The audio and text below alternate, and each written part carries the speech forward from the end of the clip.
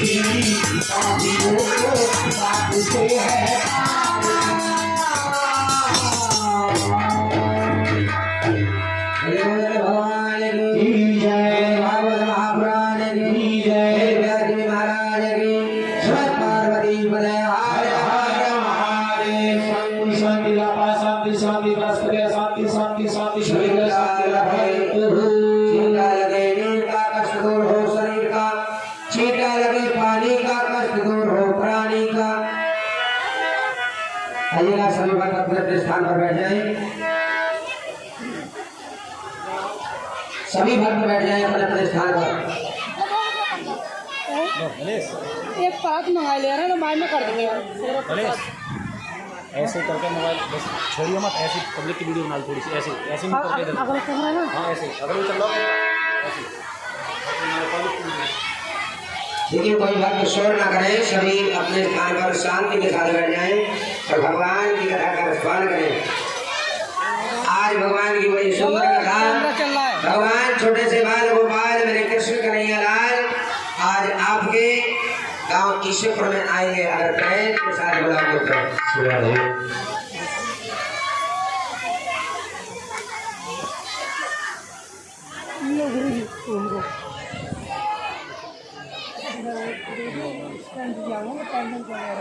जय श्री राधे,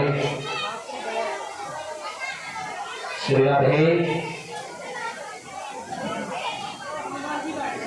हरि ओम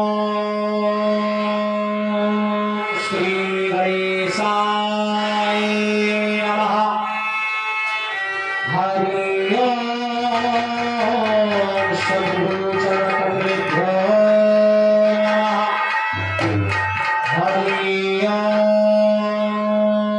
श्री सरस्वतीभ्यो नमः। हरि ओम मातृचरण कमलेभ्यो नमः। श्री राधा कृष्ण चरण कमलेभ्यो नमः। श्री कृष्णाय वासुदेवाय हरे परमात्मने प्रतः कलेशनाशाय गोविंदाय नमो नमः। गुरुर्ब्रह्मा गुरुर्विष्णु गुरुर्देवो महेश्वरा गुरुर्साक्षात् परब्रह्म तस्मै श्री गुरुवे नमः।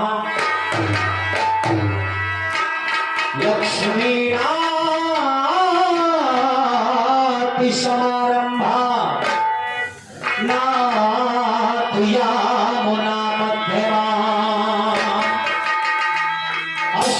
अस्मदाचार्य पर्यन्तां वन्दे गुरु परम्परा। जय जय श्री राधा रमण जय जय नवल किशोर जय गोपी चित चोर प्रभु जय जय माखन चोर।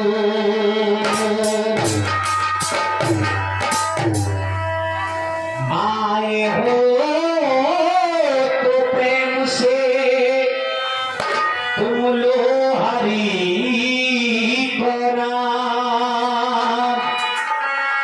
सब भक्तों को संजय शर्मा की जय जय राधे श्याम।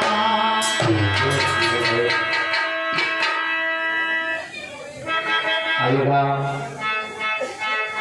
कथा पंडाल में सभी पधारी हुई माता बहनें मातृशक्ति सभी के चरणों में दास संजय शर्मा का जय श्रीमन नारायण जय जय श्री राधे। सभी बुजुर्गों के लिए भाइयों के लिए बच्चों के लिए जय जय श्री राधे।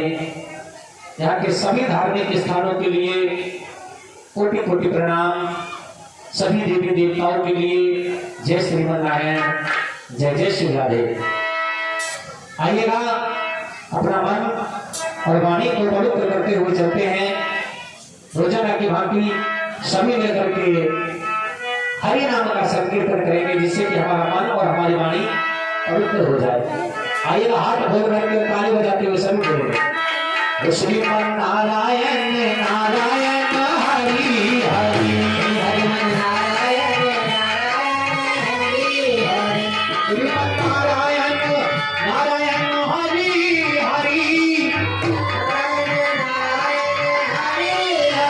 भजन नारायण नारायण हरि हरि राधे राधे राधे राधे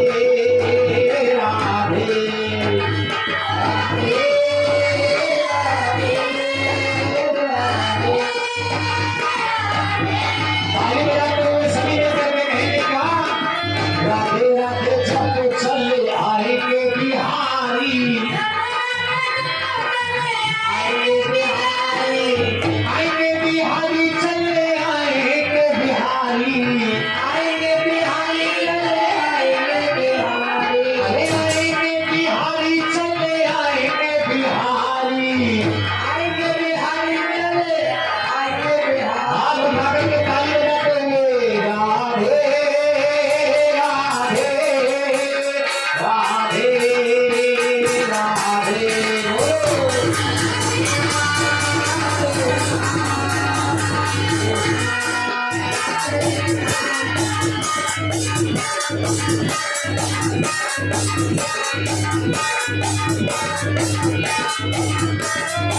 कृष्ण गोविंद हरे मुरारी हे नाथ नारायण वासुदेवा कृष्ण गोविंद हरे मुरारी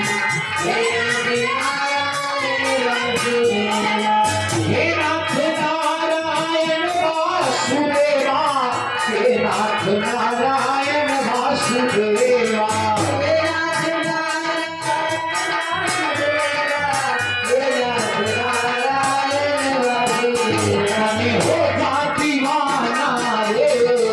स्वामी के चरण में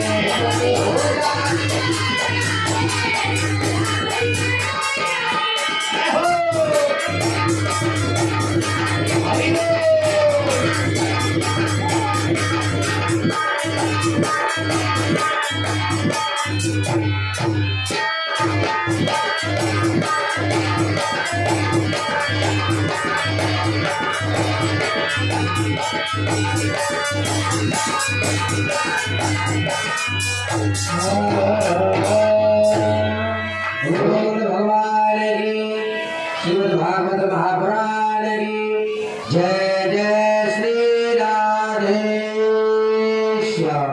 हाथ तो खड़े कर लो कम से कम। किराए के लिए क्या?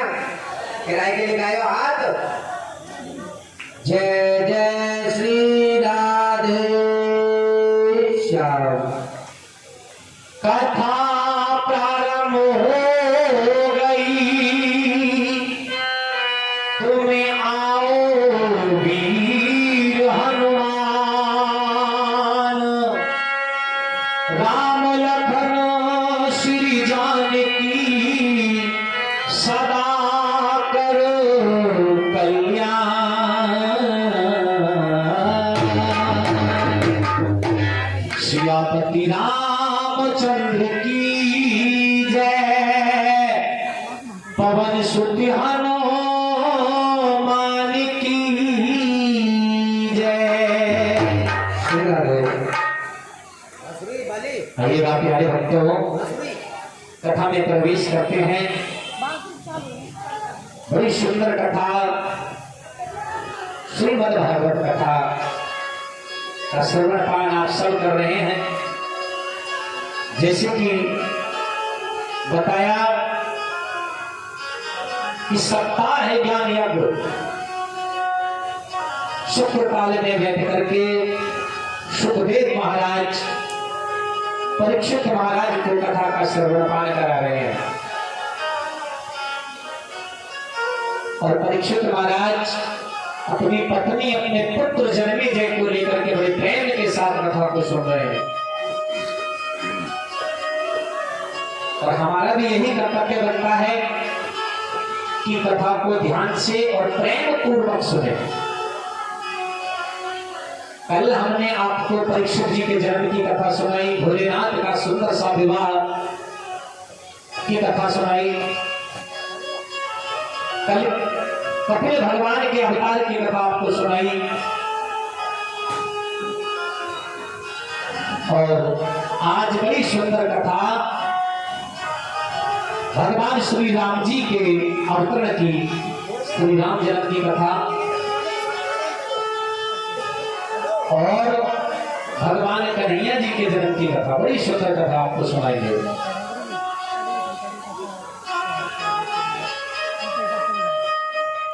क्योंकि देखिए आज बड़ा सुंदर पंडाल सजाया है भक्तों ने। जैसे हमने कल बोला था ना कि कन्हैया जी का जन्म होगा, पंडाल को सजाना, तो भक्तों ने बड़ा सुंदर कथा पंडाल सजाया है। क्योंकि आज बड़ी भारी खुशी है आपके गांव इसेपुर में। आज दो अवतार होंगे, दो जन्म होंगे। पहले श्री राम जी का, दूसरा मेरे कन्हैया जी का। बड़ा सुंदर जन्म। देखिए बातें ना करें, कथा में ध्यान दें। बोलते ज्यादा कुछ भक्त, बोलना नहीं चाहिए। अगर कथा को सुन रहे हैं तो ध्यान पूर्वक सुनना चाहिए। बोलने से कथा में विघ्न हो जाता है और जो ज्यादा बोलता है वो अपना ही नुकसान कराता है? अगर जो इंसान ज्यादा बोलता है समझ लो वो अपनी ही हानि कर रहा है, उसी का नुकसान होगा। बहुत बहुत बड़े नुकसान हो जाते हैं ज्यादा बोलने से। इसलिए जब कथा में आया करो तो बोला मत करो। बोलिए क्यों बोल रही है, क्या बोल रही है, पता क्या बदला रही है।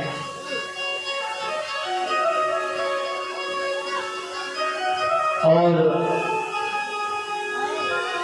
जो भी दान करना चाहते हैं, इधर बच्ची बैठ जाती है कॉपी लेकर के, वो लिखवाएं और दान को बुलवाएं। तो देखिए जो भक्त ज्यादा बोलते हैं ना कथा में आकर के, उनके लिए छोटी सी कथा सुनाने जा रहा हूं कि ज्यादा बोलने से बहुत बड़ा नुकसान भी हो जाता है। एक बार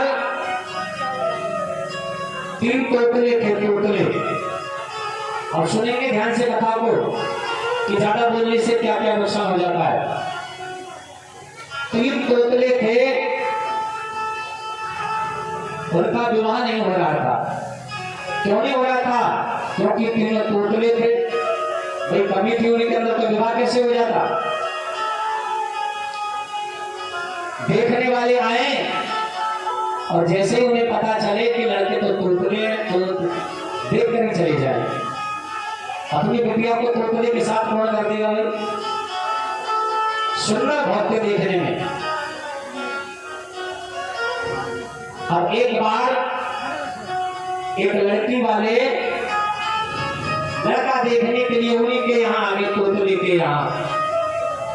तो आने से पहले जो उनके पिताजी थे, तोतले के पिताजी, उन्होंने कह दिया सुनो, अगर तुम्हें अपना विवाह करवाना है तो अब की बार तुम्हें देखने के लिए आ रहे हैं, जब वो देखने के लिए आए उनके सामने ज्यादा मत बोलना। ज्यादा क्या बोलना ही मत, चुप बैठ जाना। अगर तुम बोले तो समझ लो विवाह कैंसिल, विवाह होने वाला नहीं है, क्योंकि तुम तोतले हो। और जब बोलेंगे तुम्हें पता चल जाएगा कि तुम तोतले हो, विवाह कैंसिल हो जाएगा, ज्यादा मत बोलना। उन्होंने कहा ठीक है पिताजी। लड़की वाले देखने के लिए आए, 3 तोतलों को दिखा दिया गया जी ये हैं लड़के। और लड़के देखने में तो सुंदर थे, और लड़की वालों ने कहा जी हमें बहुत पसंद है लड़के तुम्हारे, अच्छे हैं, सुंदर हैं, जैसा हम चाहते थे ऐसे ही है। अब बोले चलो भोजन कर लो साहब। भोजन कराने लगे लड़की वालों के लिए। अब लड़की वाले बैठ करके भोजन कर रहे थे और वो 3 तोतले भी वहीं बैठे थे सामने। और इतने में जैसे भोजन कर रहे थे तो वहां से एक चुईया आई, जिसे बोलते हैं मुसलिया। चुईया आई और चुईया सामने से एक चावल का दाना लेकर के चली गई, मुंह में दबा करके। अब जब चावल का दाना दबा करके चली गई तो एक तोतला देख रहा था। एक बार चुईया आई, अभी बाद में बोलिए। अरे मेहमान आयो, कुछ नहीं तो जाना हेलो भैया, जो हमारी कुर्सी है वो खाली कर दो, हमारे बाहर के मेहमान आए हुए वो खड़े हैं। दूसरे गांव के मेहमान आए हुए, क्या कहेंगे यार आप फला काम में गए थे, हमें इज्जत नहीं मिलेगी तो क्या होगा। जितनी भी हमारी कुर्सी है वो खाली करके मेहमान गुजरे जा रही, ये बाहर आए हुए। कुछ भक्त बाहर से आए हैं और हमारा कर्तव्य बनता है कि भले से हमें कुर्सी न मिले, लेकिन जो बाहर के अतिथि, जैसे हमने बताया अतिथि देवो भव, अतिथि मेहमान जो होता है वो भगवान के समान होता है? अगर अपनी कुर्सी भी ना दे सको तो जो इनके टेंट वाली कुर्सी है इनको खाली कर दो। तो ये कथा पे ध्यान देंगे। और चुईया एक बार चावल लेकर के चली गई, दूसरी बार चावल का दाना लेकर के चली गई, तीसरी बार चावल का दाना लेकर के चली गई। तोतला सब कुछ देख रहा था। और तोतले ने कहा पिताजी से, एक तोतले ने, पिताजी टुईया टुईया टुईया, क्योंकि तोतला था। और जैसे का पिताजी टुईया टुईया टुईया, दूसरा बोला टावल का दाना ले गई, टावल का दाना ले गई। और तीसरे ने कहा कि पिताजी देवी बोले हम पर टुक पे टाप बैठे हैं। और लड़की वालों ने देखा अरे तो तीनों तोतले। एक ने कहा तो टुइया, दूसरे ने कहा टावल का दाना ले गई, और तीसरा कह रहा देवी बोले हम तो टुट पे काबू बैठे हैं। लड़की वालों को पता चल गया कि वो तोतले साहब हम विवाह नहीं करेंगे अपनी लड़कियों का। हम तो सोच रहे थे बड़े सुंदर लड़के, ये तो तीनों ही तोतले हैं, हम विवाह नहीं करेंगे। इतना कह करके लड़की वाले वहां से चले गए। जब उनके पिताजी ने तीनों तोतलों से कहा कि अगर तुम चुप बैठे रहते, नहीं बोलते, तो तुम्हारा विवाह कैंसिल नहीं होता, तुम्हारा विवाह हो जाता। तुम्हारे ज्यादा बोलने से इतना बड़ा नुकसान हुआ है कि तुम्हारा विवाह कैंसिल हो गया। तो इसलिए प्यारे भक्तों, तुम्हें भी बताता हूं कि चाहे देवी बोले पर तुम चुप पर बैठे रह गए हैं। ज्यादा बोलना उचित नहीं होता, बोलने से बड़े बड़े नुकसान हो जाते हैं। और जब बोलने की बात आएगी फिर तुम ना बोलोगे, हैं? जब बोलने की बात आएगी तो नहीं बोलोगे। आज बड़ी सुंदर कथा, सबसे पहले श्री राम जी के जन्म की कथा सुनाते हैं। देखिए कथाएं तो बहुत हैं, भगवान के 24 अवतारों की कथाएं हैं, समय रहेगा तो सब सुनाएंगे। लेकिन आज थोड़ा मुझे लग रहा मौसम खराब है, तो हम सोचते हैं कि जल्दी से जल्दी जो आपने तैयारी की है भगवान कन्हैया का जन्म हो जाए। उससे अगर समय रहेगा तो कथा फिर और बाद में सुना देंगे, आए तो बजाने ही है। तो आइएगा सबसे पहले श्री राम जी के जन्म पर कथा पर प्रकाश डालते हैं।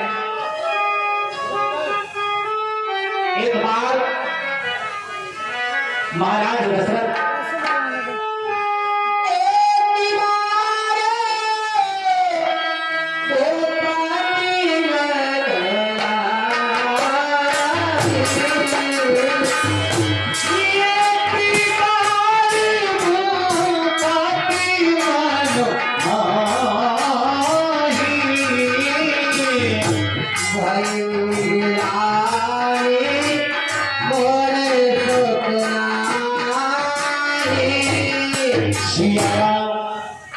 एक बार भूपति मन माही, श्री राम जी रामचरित की ये चौपाई है रामायण। गोविंद जी की लड़की अंजलि 20 रुपए भगवान की पावन कथा बताना कर रही है। अब नहीं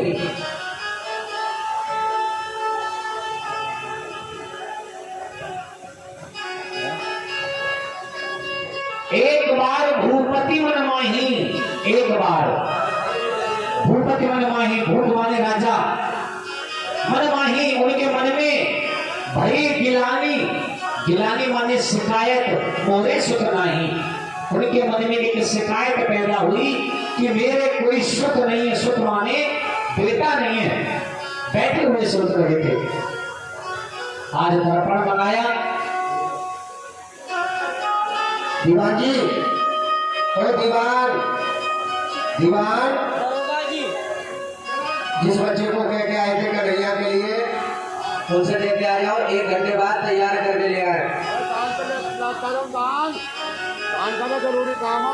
हाँ, जो बच्चा कन्हैया बनेगा उसको कहते हैं उनके माता पिता से कि 1 घंटे बाद तैयार करके बच्चे को ले आए। श्रीमान भीम चौहान जी 100 रुपये भगवान की पावन कथा प्रदान कर रहे हैं। भगवान से प्रार्थना है धर्म वसूल करने लग रहे हैं। तो देखिए चौपाई के लिए एक बार भूपत मन माही, भई ज्ञान मोरे सुत नहीं। एक बार महाराज दशरथ को ये शिकायत हुई कि मेरे कोई सुत नहीं है। तो उन्होंने क्या किया, उनके मन में विचार आया कि मुझे क्या करना चाहिए। तो अपने गुरुदेव के पास गए। बड़ी सुंदर चौपाई है। इंद्रपाल अर्जुन 50 रुपये भगवान की पावन कथा प्रदान कर रहे हैं।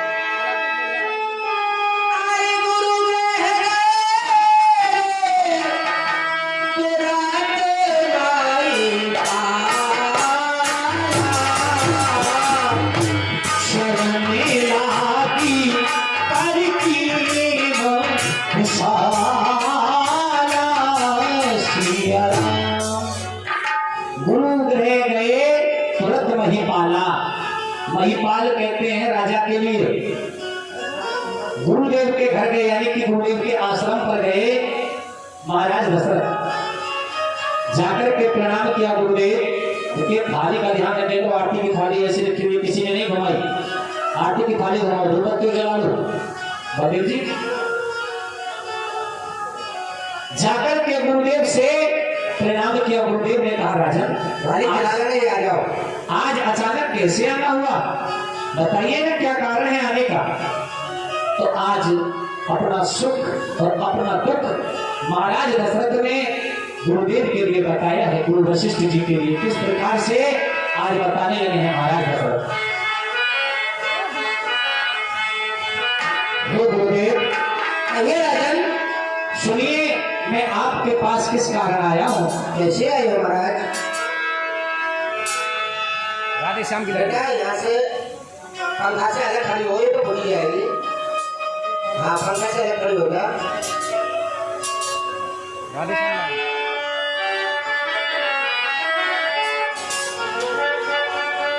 और कर चुका विवाह 3 अब तक, खाली उसका मुझको मिला नहीं। हे गुरुदेव राजन खाली उसका मुझको मिला नहीं। और है चौथा पना आने वाला, और हाथी कमल अभी तक खिला नहीं। ऐसी बात करते हो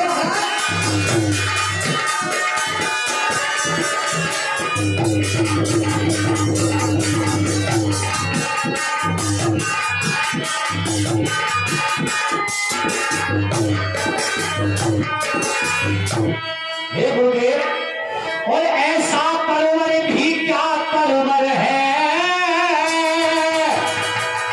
और जिसमें जल ही उत्पन्न न हो।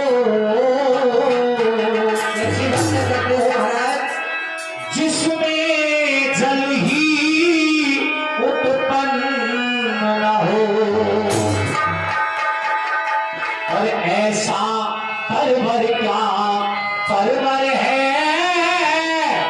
जिसमें फल ही संग न हो।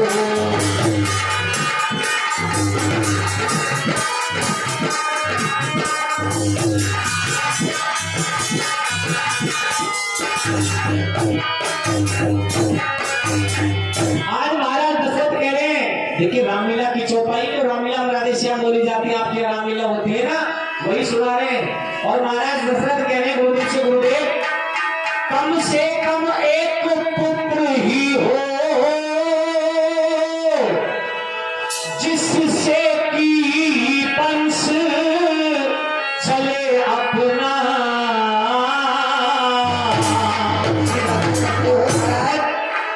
जिससे कि वंश चले अपना, और पुत्रों को भी ये पर पहुंचे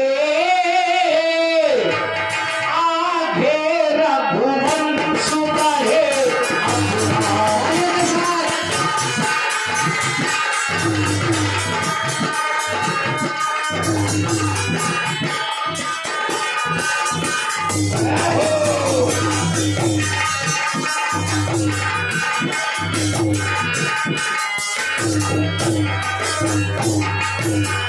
मेरे गुरुदेव, आप कोई ऐसा आशीर्वाद दीजिए कि ज्यादा दिन आपको एक पुत्र तो मेरे हो जाए।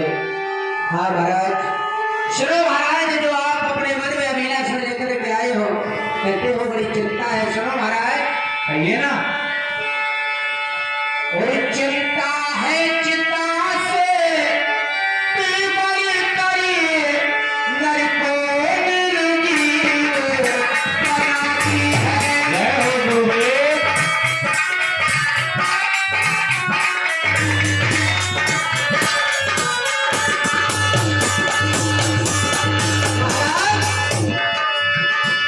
चिंता है चिंता से दिल को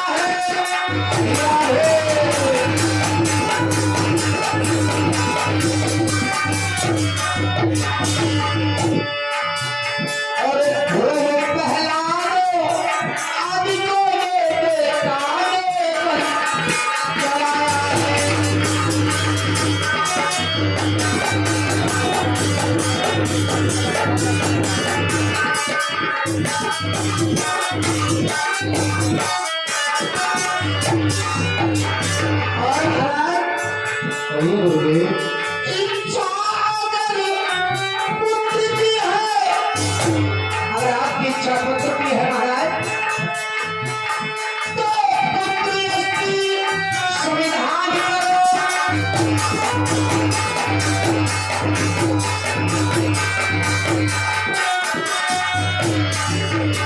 पाओगे चार पुत्र राजन, हे राजन, पाओगे चार पुत्र राजन, भगवान हरि राजधानी करोगे।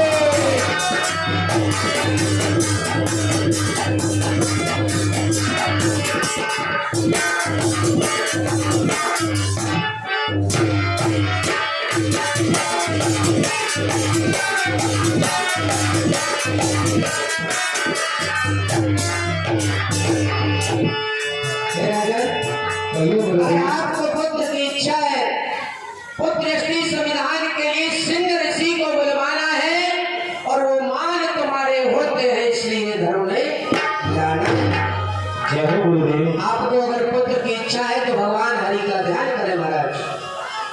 ठीक है गुरुदेव, जैसी आपकी आज्ञा। आज प्यारे भक्तों, गुरुदेव ने बताया कि पुत्र सृष्टि यज्ञ संविधान करो। हमारा वरदान है कि आपके एक नहीं 4-4 पुत्र होंगे। महाराज दशरथ से कहा, महाराज दशरथ, आज महाराज दशरथ घर पहुंचे हैं। घर पहुंच करके अरे महाराज ऐसा मत करो। श्रृंगा ऋषि जी को बुलवाया। श्रृंगा ऋषि जी को बुलवा करके कहा, हे गुरुदेव, आप पुत्र सृष्टि यज्ञ संविधान करो, यज्ञ कीजिए जिससे कि हमें पुत्र की प्राप्ति हो। आज श्रृंगा ऋषि जी ने यज्ञ को शुरू किया और महाराज दशरथ अपनी तीनों पत्नियों को लेकर के बैठ गए। महाराज दशरथ की तीनों पत्नियों के नाम तो सबको पता होगी, हैं? क्या क्या नाम थे? महाराज दशरथ के 3 पत्नियां थी। क्या क्या नाम थे? सबसे बड़ी कौशल्या, दूसरे नंबर पे कैकेयी और तीसरी सुमित्रा। 3 रानियां थी महाराज के। अरे पंखा तो दिख रहा होगा मुकद्दम। अरे वो लगाता रहे। और तीनों रानियों से कोई भी संतान नहीं थे। तीनों रानियों को पास में बैठा लिया, यज्ञ करने लगे। यज्ञ करते हुए अग्निदेव प्रकट हुए। अग्निदेव ने राजन से कहा कि हम तुम्हारी तपस्या से बड़े प्रसन्न हैं, बताओ क्या चाहते हो। कहा कि मेरे कोई संतान नहीं है।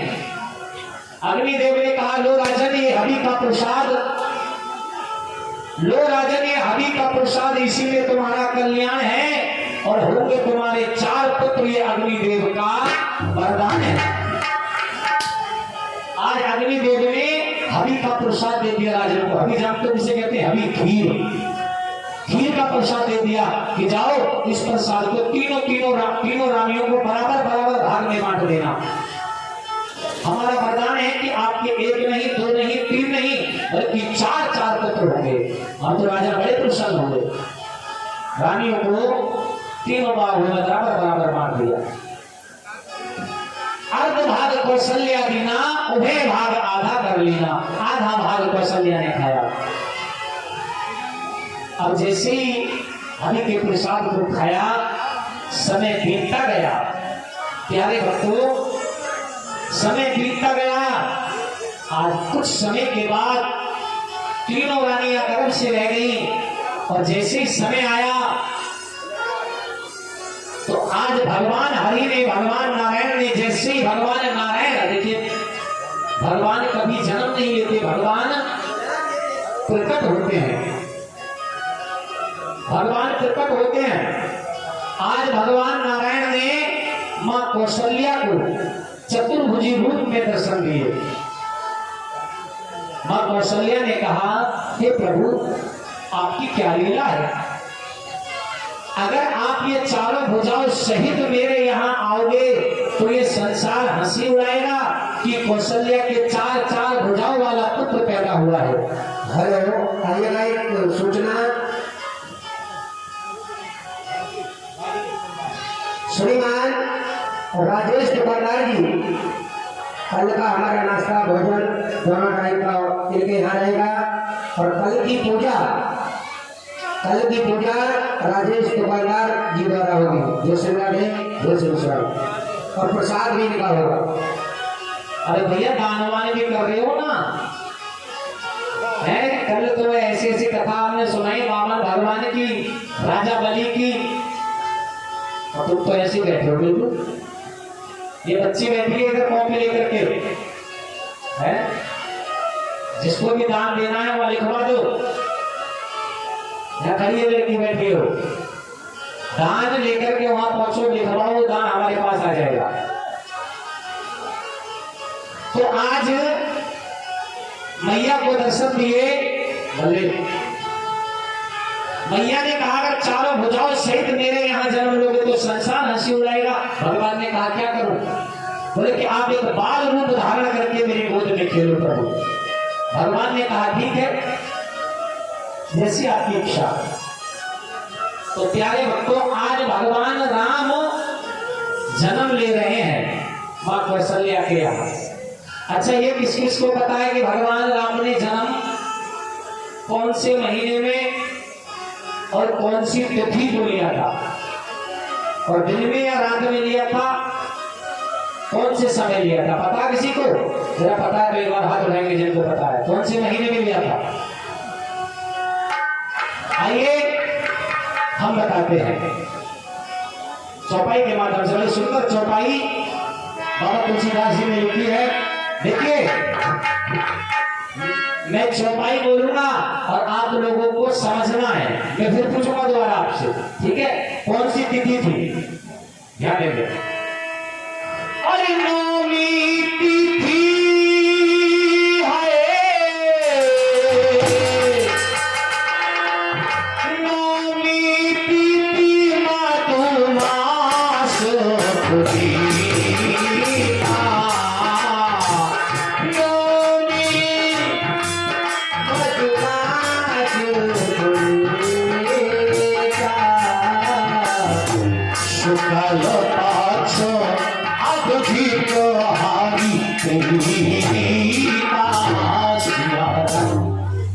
कौन सी तिथि थी, जोर से बोलो? नौमी। नौमी तिथि मधुमास, मास माने होता महीना, मधुमास, मधु माने मीठा महीना। मीठा महीना कौन सा होता है? चैत का महीना। चैत का महीना सबसे मीठा होता है, ना गर्मी ना सर्दी। मधुमास पुनीता। और पक्ष कौन सा था? देखिए, दो पक्ष होते हैं, एक कृष्ण पक्ष, एक शुक्ल पक्ष। तो भगवान ने जो जन्म लिया था वो कौन सा पक्ष था? शुक्ल पक्ष, अभिजित हरिप्रीता। नौमी तिथि मधुमास पुनीता, शुक्ल पक्ष अभिजित हरिप्रीता। नौमी तिथि थी, चैत का महीना था, शुक्ल पक्ष था जब भगवान राम का जन्म हुआ। अब दिन में जन्म हुआ या रात में जन्म हुआ? अगर दिन में जन्म हुआ तो किस समय हुआ? आइएगा सुनेंगे। और मध्य दिवसी आती सी को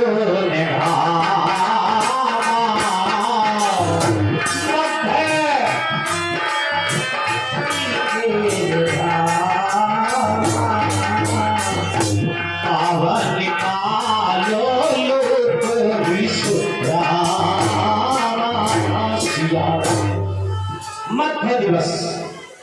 अब मध्य दिवस किसको कहते हैं? मध्य माने बीच का, दिवस माने दिन, बीच का दिन। बीच का दिन कब होता है? दोपहर में। दोपहर में तो बीच का दिन होता है। दोपहर के 12 बज रहे थे जब भगवान ने जन्म लिया था। मध्य दिवस अति शीत में घामा। शीत माने शीतलता, घामा माने गर्मी, धूप।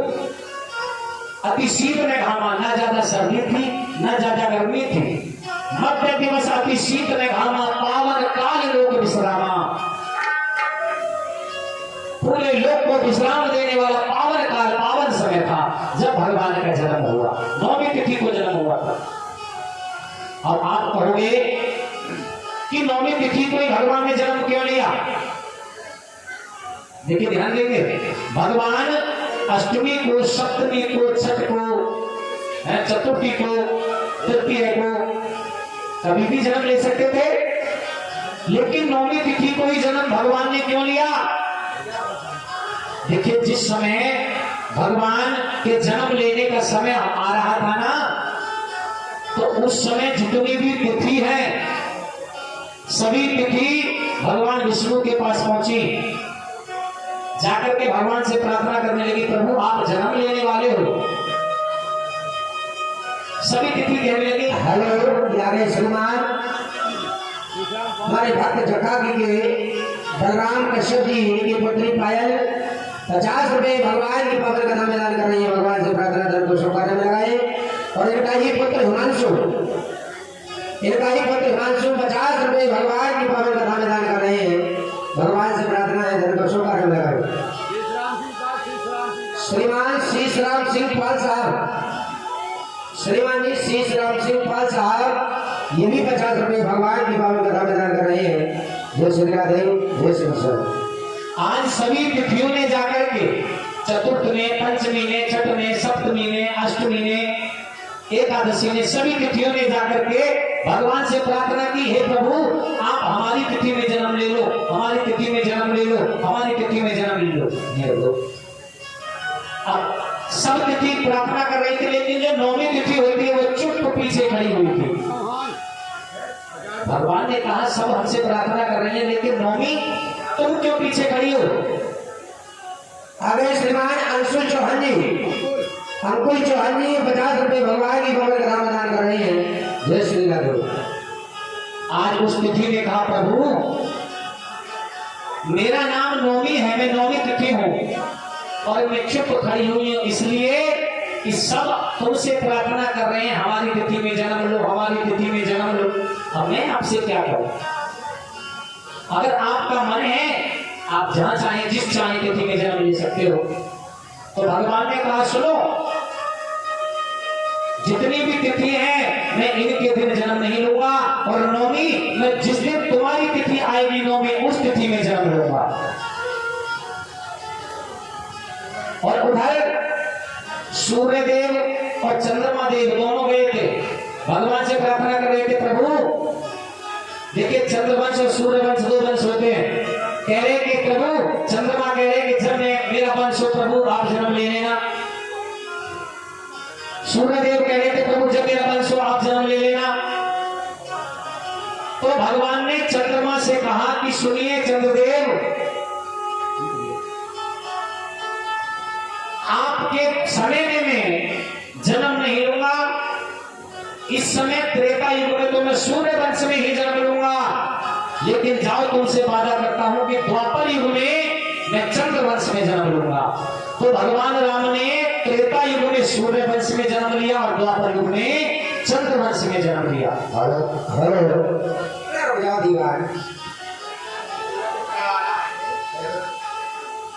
हेलो भैया, देखो चांद का समय है नहीं, वो चल रहे भगवान की भागवत कथा। चलो पीछे जाकर बैठो, तो सामने खड़े अरे बैठा हो गया वहां पे।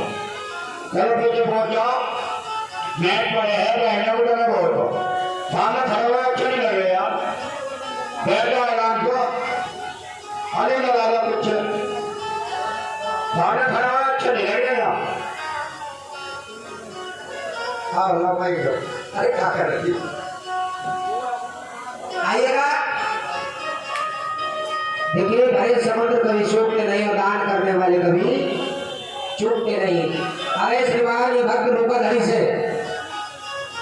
राजेंद्र कश्यप लोकाधड़ी से 50 रुपए, रणजीत कश्यप लोकाधड़ी से 51 रुपए, श्रीपाल कश्यप 50 रुपए, ओमराज कश्यप 50 रुपए, सुनील कश्यप 50 रुपए, देवराज कश्यप 20 रुपए,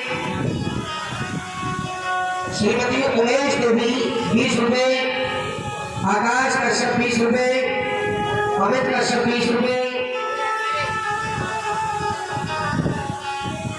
ये सुपुत्री पायल 20 रुपए, सुपुत्री वैष्णवी सनोप संजय शर्मा जी ये 20 रुपए, कन्हैया कश्यप 20 रुपए, हिमांशु कश्यप 20 रुपए, विकास प्रजापति ग्राम गजराला से ये 20 रुपए, ब्रजपाल कश्यप लोकाधड़ी से 50 रुपए, हर्ष और कृष्ण कश्यप लोकाधड़ी से 50 रुपए भगवान की कबर कथा में दान कर रहे हैं और तुम अपने गांव में भी दान न कर रहे। ये कितनी दूर से चल के आके दान कर रहे हैं। देखिए ये भक्त ऐसे हैं लोकाधड़ी के की कथा हमारी चाहे कहीं भी चले कथा सुनने जरूर जाते हैं। धामपुर के पास कथा सुनने के लिए गए थे हमारी लोकाधड़ी से चल करके। हमारी ज्योति 20 रुपए भगवान की पावन कथा में दान कर रही है। भगवान से प्रार्थना देखिए कहा है कि थोड़ा थोड़ा दान सभी भक्त करते रहे। ब्याज जी बार बार कहते हैं कि दान करने से ही आपका उद्धार है।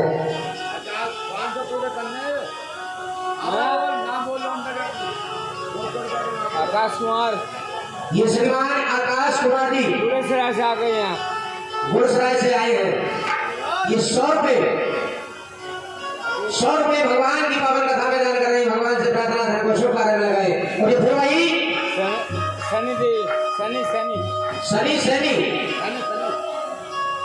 सनी सैनी सनी सनी नहीं है सनी देव 100 रुपए। सनी देव ये भी 100 रुपए भगवान की पावन कथा में दान कर रहे हैं। संगीता देवी और संगीता देवी ये भी 100 रुपए भगवान की पावन कथा में दान कर रही है।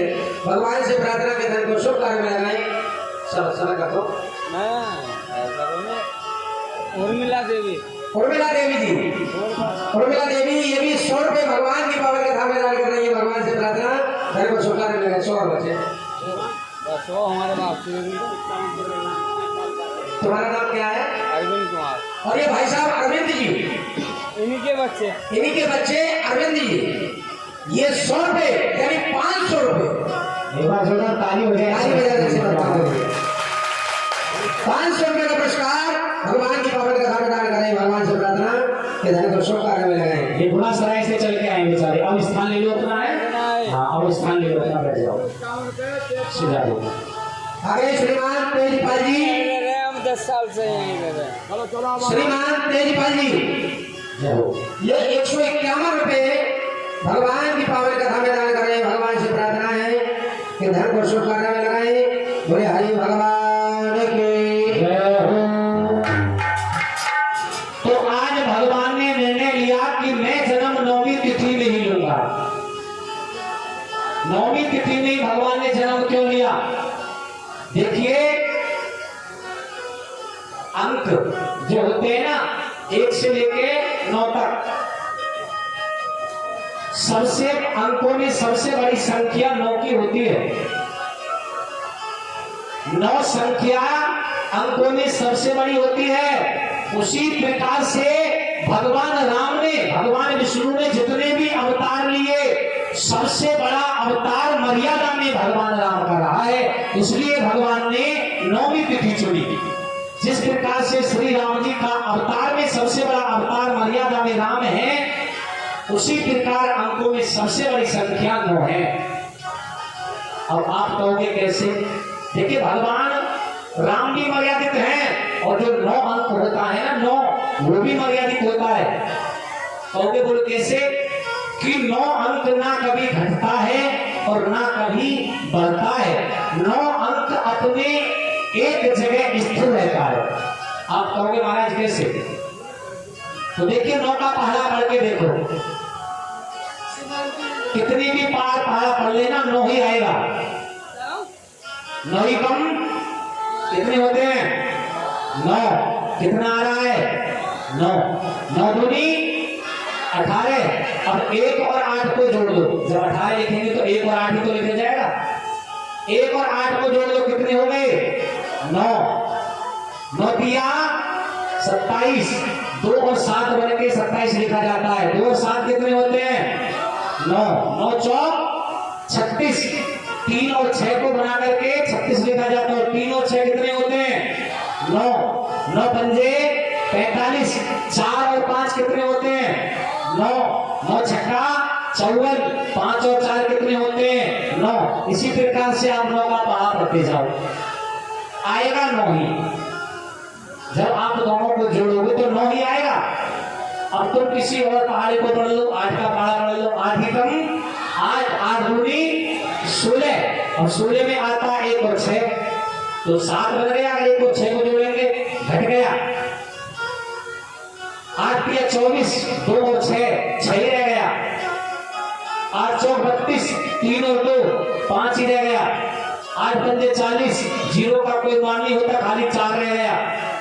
8 6 48, अब 4 और 8 कहां 4 था और कितनी ऊपर पहुंच गया? 8 6 48, 4 और 8 कितने होते हैं? 12। अब 12 पर पहुंच गया। इस प्रकार से किसी भी पहाड़ी को पढ़ लो, ऊपर नीचे होते रहेंगे।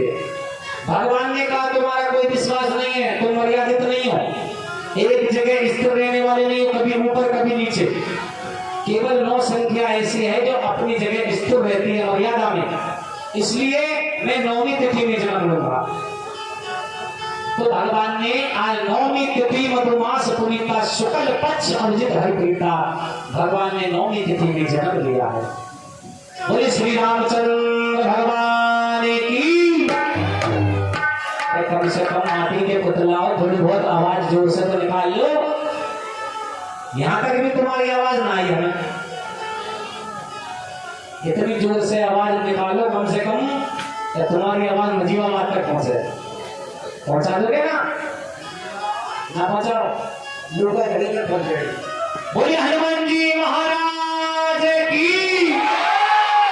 हाँ, आपके आनंद आया जयकार। आ गए श्रीमान अरविंद मेट्रो वाले। ये 100 रुपए भगवान की पावन चरणों में अपनी शुभ कमाई में से दान अर्पित करते हैं। भगवान से प्रार्थना कि इनकी धन को शुभ कार्य में लगाए। बोले गोविंद भगवान की जय। आज सबको पता चला तो बड़े प्रसन्न हुए, और देखिए एक पुत्री नहीं बल्कि 4 पुत्र महाराज दशरथ के यहाँ हुए।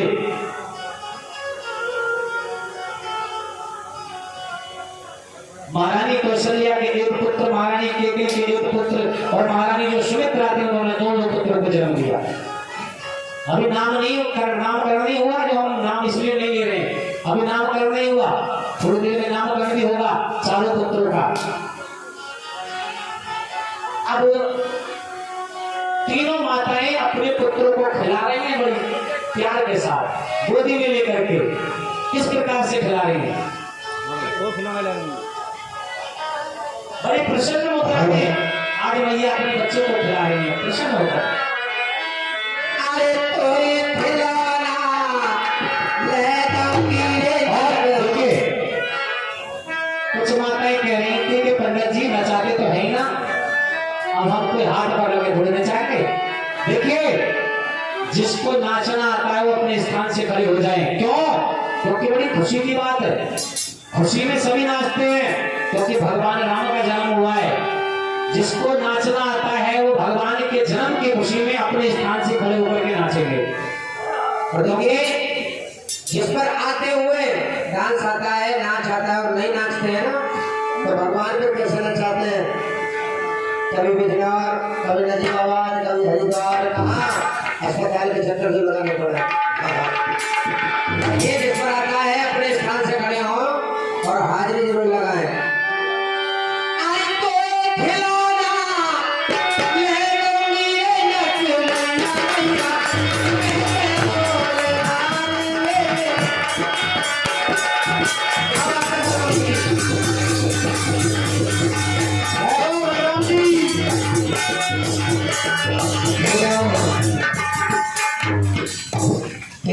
सबसे पहले तो खड़ी हो, जब खड़ी होगी मैं तो अगर डीजे बजने लग जाए ना तो ये ना देखोगी कि ये मेरे जेठ खड़े या ससुर खड़े, ऐसे होएगी ना सारी, तो ऐसे हो जाएगी।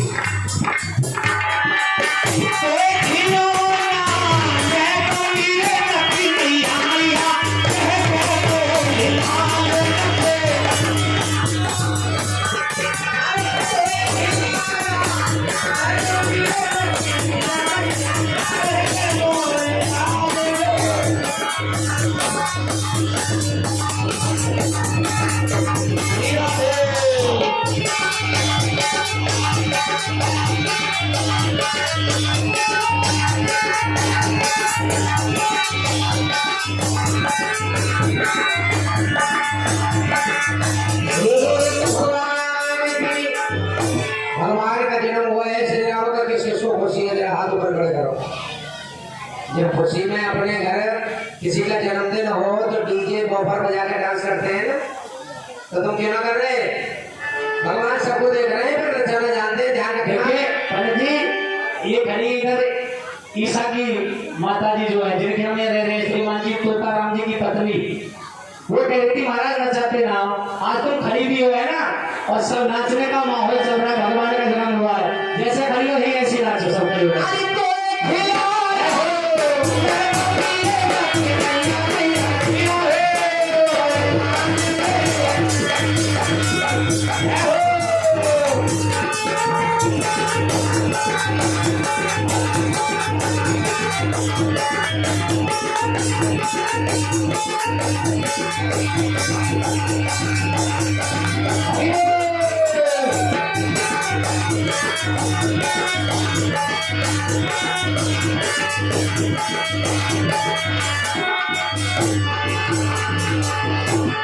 अरे नाचो, अरे हाथी घोड़ा